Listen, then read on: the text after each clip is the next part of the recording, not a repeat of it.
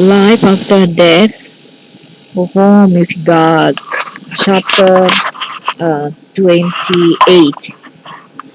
In that, all of the individual that I teach are shed. Okay, you, what you are, Mary John is gone, ending the separation of you from you at last. The moment of emergency is at hand. The power and the wonder of this moment are indescribable. The information, the knowing that comes from it is, at the conscious level, unembraceable. Only at the superconscious level can it be contemplated, much less absorbed. Just prior to the emergency, the soul hovers before the light. It basks in the glow of the essence. All feelings of fear or apprehension or uneasiness of any kind dropped away during the race through the passage. Now the essence is radiating pure love, and the soul before it experiences what can only be described as a developing sense of being covered. Really? So let's see if I can understand here. So the soul finally goes there, and then the light, he sees the light here, and then he's embraced by the light and blah blah blah. I heard that this is a nothing but a alien trap. So the soul here is so happy because finally he emerged, that love which comes from him himself. Is the, when he sheds that part of him which is more denser and gross and more thicker and heavier, it lives on lightness sea. You understand? Lightness sea, pure, super lightness sea now. And only love, no more fear, no more pain. And then you are so lucky to go there, and then you see that all this comes from you, not from something external to you, but from you yourself. Because you are tiny sparkle. You are tiny sparkle of the cosmos. Okay, you are part of the cosmos. So all these things are here, no sense. You may experience this, but it's not necessary and it's not permanent. But you can stay here how long you want, depending on your belief system. Okay, but it's not necessary. I tell you, these are all um, invention. So. Just prior to the emergency, the soul hovers before the light. It takes in the glow of the essence which belongs to you. All feeling of fear or apprehension, uneasiness of any kind dropped away during the race through the passage. Now the essence is radiating pure love, and the soul before it experiences what can only be described as an enveloping sense of being covered by your own essence, not from external source, not from a god or from any alien. Okay, it does not come from a god. Okay, it comes from you. It comes from you.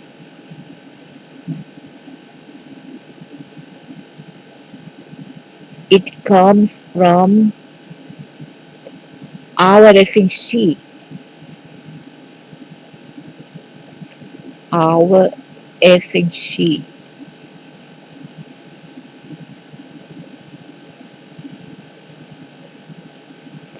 It comes from our own essence, not from outside power. Okay.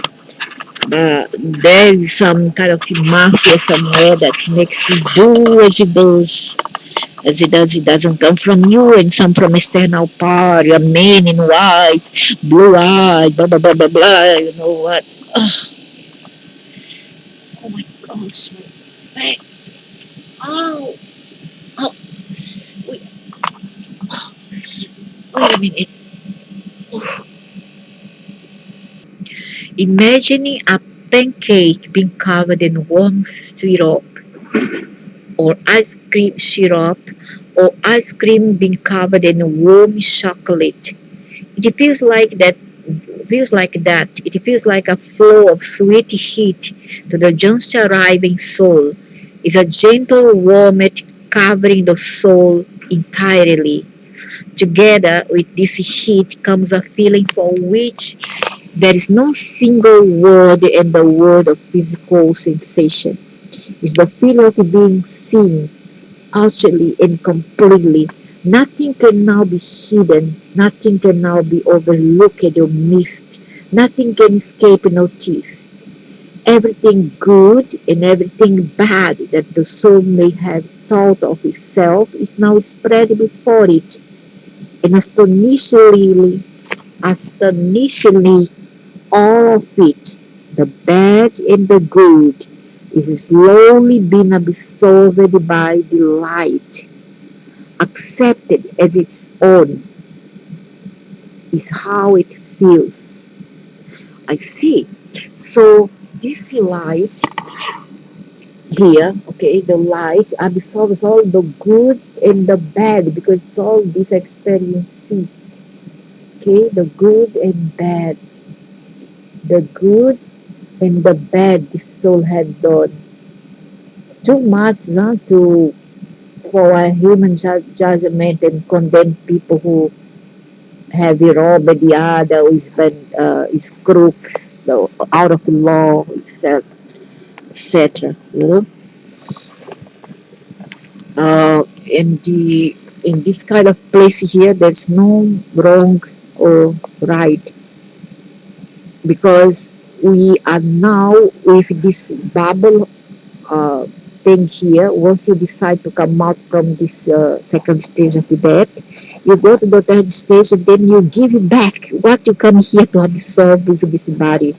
You give it back to the cosmos or to this essence, the essence of all there is. Absorb it back. It's like suck away all your energy and all your deity. You understand? Let's say, okay, now your name is Mary or John. Now John in bed have done some good things, a lot of good things, and some mistakes.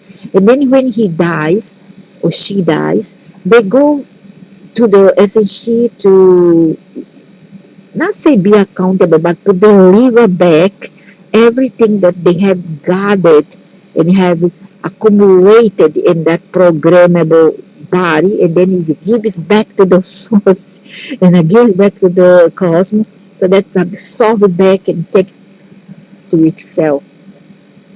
Maybe it's just like I don't know, it's something like maybe he feeds on its that kind of body. Who knows? It sucks it back, and that's good because it sucks back what it belongs there. You understand? So it's marvelous, marvelous. It's a wonderful thing, nothing to worry about. So let's continue. Yeah, to take all away, to all the doubt, all the negative aspect of the death, and so that nobody will be afraid to die. Okay. So there is no single word in the word of physical sensation. It's the feeling of being seen partially and completely. Nothing can now be hidden, nothing can now be overlooked or missed, nothing can escape notice. That's okay. Why you must be ashamed? Everything good and everything bad that the soul may have thought of itself is now spread before it, and astonishingly all of it, the bad and the good, is slowly being absorbed by the light, accepted as its own. It's how it feels through a kind of energy osmosis that melts even the smallest sense of shame or pride, leaving the soul with a beautiful intimacy, holding nothing at all, free, free of all the karma within itself and experiencing nothing at all of itself save opening sea. Now, into this opening sea where shame and pride once coexisted, a new feeling is being poured. First, it felt as if the outside of the soul was being covered. Now it feels as if the inside of the soul is being fulfilled. Again, words cannot be found to adequately define or accurately describe this feeling. Partly because the feeling is so huge, it might be characterized as a single, enormous, conglomerate feeling that encompasses 1,000 individual feelings. Now slowly filling the soul. A feeble attempt would call it the feeling of being warmly embraced, deeply comforted, dearly cherished, profoundly appreciated, genuinely treasured, softly nurtured, profoundly understood, completely forgiven, wholly absolved, long awaited, happily welcomed, totally honored, joyously celebrated, absolutely protected, instantly perfected, and unconditionally loved all at once. How nice. Oh, I hope that this is what my mother experienced, my sisters, my brothers, even my father. And all those others who went in a way or another, that all was received this way. Releasing without the slightest hesitation or regret, in all things of individual selfhood, the soul moves into delight. There, it is submerged in something so wondrous that it loses all desire to ever know anything else, melt into the breathtaking glory of the unending in magnificency, unparalleled beauty, and unequaled completeness of being. Now I understand why some souls go and don't want to return anymore. Now you are merged with this light and you feel dissolved. This melting completes the change in your identity. You no longer identify yourself in any way or at any level with the separate aspect of the being that you called you in your physical life. This characteristic of the afterlife actually begins to assert itself in the first stage of death, which is what made it possible for you to experience whatever you choose to experience immediately after you died, including your own hell. So the light absorbs even this, the first and second stage of your death, the light is there to absorb all this without pain or suffering. It will be important to you again in just a moment when you enter the core of your being. What occurs here when you are embraced by the light is that you merge with your soul. You come to know at last that you are not a body and not a mind, and not even solely spirit, but all three. This is what the entire death process is about. Remember that I have said the death process is about reestablishing your identity.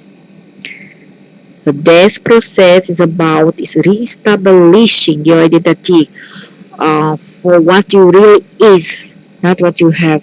The first stage of the death process releases you from your body and any thoughts that you may still have that identify you with the body and its appearance. The second stage of the death process releases you from your mind and any thoughts you may still have that identify you with the mind and its contents. So the first stage releases you from your body and its illusion. The second stage, your mind also is destroyed, released from your being, which is not your mind or your body or even your spirit. The third stage of the death process releases you from your soul, which you are not, okay? You are not the mind, you are not the soul, and you are not the body, okay? So you are not the mind. Let's say the mind is this one, just a speck of photonic light. Okay, it's not the brain. Brain is physical. So let's say here this is your body. So the okay, sorry. So the first stage,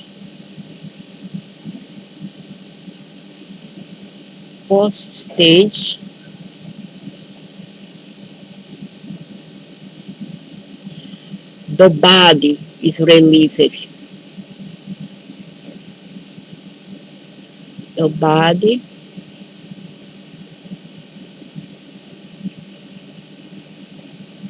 the body is released.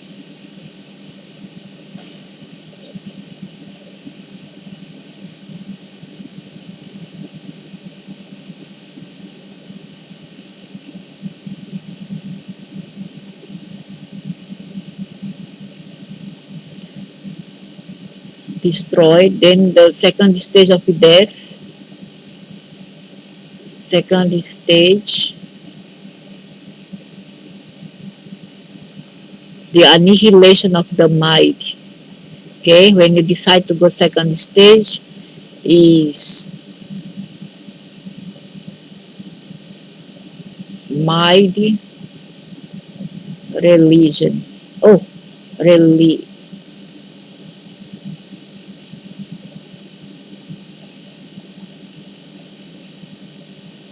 mind release.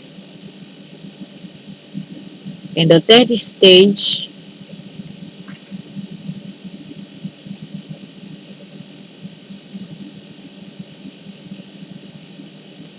we have the soul, spirit, soul,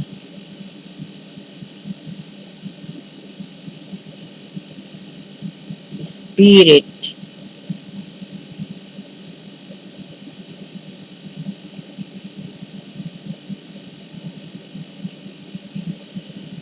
astral body, if you will.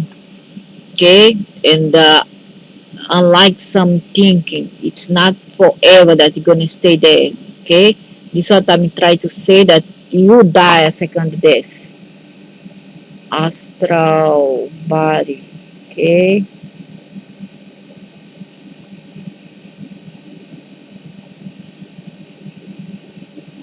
release or distraction, whatever you want to say, to call it. All right. So this is the process. Why this is why this happens? Why this is necessary? Okay. The astral body. So finally, when you decide to go to the third stage, you take the plunge. You go meld the relationship of your big soul, your God self will accept you and take away all your all its part, its fragment, is belong to it, and then suck it back like a vacuum. So from your mind, any thoughts you may still have that identify you with the mind and its content. So the first stage of that, the body is destroyed. Second stage, your mind is destroyed. I told you before, right? And the third stage, the spirit, which you are not a spirit. Some people think that you are a spirit and a soul, that you're going to stay there and after being reincarnated. No, this is your religion concepts that believe so. It's not like that. You're going to be totally destroyed. But if you want to believe it, it's okay. You have a right. But ultimately, you're going to see the reality. So the third stage of the death process releases you from your soul and any thoughts you may still have that identify you with your soul and its individuality. Okay, because you think maybe, oh, I am Mary, I am Johnny. No, you're not Mary, no John, no Kumar, no Chinchon, no Muhammad or Ahmad. No, you aren't. You are something else. You belong to the cosmos. You are stardust. This is what I'm trying to tell people. Here in the total immersion of self, you come to a place where knowing and experiencing are one. Okay, so your knowing and experiencing are one. And where what you know and experience is that you are not your body, you are not your mind, and you are not your soul, spirit, astral body, whatever, perispirit, whatever they call it. You are something much greater, correct. Correct. That's what always I felt. You are the sum total of the energies that produce all three. And then when you think about that, my God, my people, you're going to become free. You're going to become happy, and nothing will cause you to be fearful no more. I know because this happened to me. Sometimes I'm fearful about life. I cannot. I'm not as fearful about death as I am about life. Okay, so when you know this, you're gonna become free to gain knowledge, not just knowledge, but consciousness, see, and I treat one another down the road better. Stop behaving like fearful savage. Treat the animals, your planet, the borrowed planet. Treat one another with care and love as you would yourself and your family. Okay?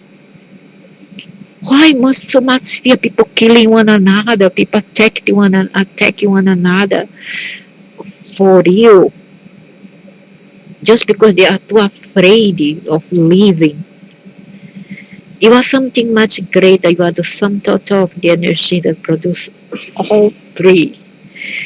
And that all of your individual identities are shared, ending the separation of you from you at last. You understand? So all the illusion finish. Once you go to the third stage, you are liberated. That's called liberation. Now, certain religion out there, the one that have the Akashic record, has the misinformation and the misconception that to achieve this called nirvana, and not everybody is entitled and candidate to achieve nirvana. However, nirvana is not something that you need to earn or deserve. It's something that you are already entitled to because you are a sovereign being. You are part of the cosmos. Anything else is negative thought and negative concepts about things. Okay, about the creation. And then you see that everything, even the aliens, sometimes we think negative about them, but yeah, I'm wrong, they are wrong, or we are wrong, because all this here is it's just a stage where we are acting it up, acting anything, being good, being bad, suffer even, and having joy. Although it looks real because we are in a way trapped inside this body. This body is a suffering body. And that is too much for this and she. So for the being that trapped here. So when you are relieved, the release of this, you go like, finally, my God, I'm free at last, I'm free. And you don't need to deserve it, you don't have to earn it. You, by design, no matter who you already, by design, you are that, and you're gonna get that, whether you want or not. You know what? I thought you were going to say that I was experiencing here once God having come to greet me. Yeah, based on your belief, it's no surprise. But if you so believe that a God will come to greet you, you will. That's why many people see beings that come to greet them. And why? Because they have still this concept that someone will come to greet them and they will get this experience. Because based on their belief, even atheists have seen that, but maybe because the last minute they decide to believe in a God, and then suddenly come a being towards him because in the last minute in the death process, he decided to think differently. You know what? I thought you were going to. So that's exactly what we are talking about here. But you just said you still seem to think in terms of a separation between you and God. And I'm saying again that there is no need. Why you may not believe this now, at the moment of your physical life, in the moment of your emergency, you will have no doubt of it whatsoever. gosh, that sounds wonderful. I can't wait. You don't have to. Yeah, but although you don't have to, it's still difficult for us to achieve it here. With all the distractions, all the misery you see around us, and we decide to view it as it is, in this 3D reality or the 4D, it's different to feel otherwise. If you are too empathic, if you are too sensitive, you will feel the pain of another. You cannot help it but to feel the pain of another. Okay, so I cannot help, but I'm glad that we come to this now. We come to this party, and then they have shared up to now a lot of things that is necessary to be described, to be informed about the nature and reality of our our limitation here is a entity of being a human being, and our infinity of being a being of light, a being of a stardust belonging to the cosmos, and what waits us the other side, so wonderful. And is that what I want to believe, and I believe now that my sisters has been not visiting me. I believe that maybe they have to gone through a third stage of death, and my mother has gone a long time ago. The last time I saw her, it was 2019, 2000, no, 2020 during the pandemics, and she was with my sister. Now celebrate my sister's birthday. Crazy. My poor sister birthday, she would be 62-year-old at that time. And I was there with my mom, my daddy mom, long gone, and my sister. Although they were not the same, they're not the same, okay? I saw them through a different aspect, but I wanted being limited in this body. I saw them as I wish them to be, as the being I knew here on earth, but now they was different. They was not the same. What can I say? They was not something that you could describe or limit. They was something else. Energy. I felt them there, but if I want to see them from a naked eye, I would not be able to see them, but they were there as energy. Okay, I sometimes I could see them, but the way how I wanted to see them is not the same as I saw them here on earth. Something else, but still there were a body. But at the same time, sometimes when I blink away, they were gone. Okay, and even though I was out of my body, I once have a OBE, out of the body experience, and I went through it. Okay, that was last time I saw mom, and I was happy for them, and I was happy to be with them. And it's the only time when I'm happy is when I'm with them. I'm so happy to join them, when I go out my body and join them to other side. I'm so happy. I feel so happy. And then I cry when I come back to my body and I see that I'm all alone again. I cry.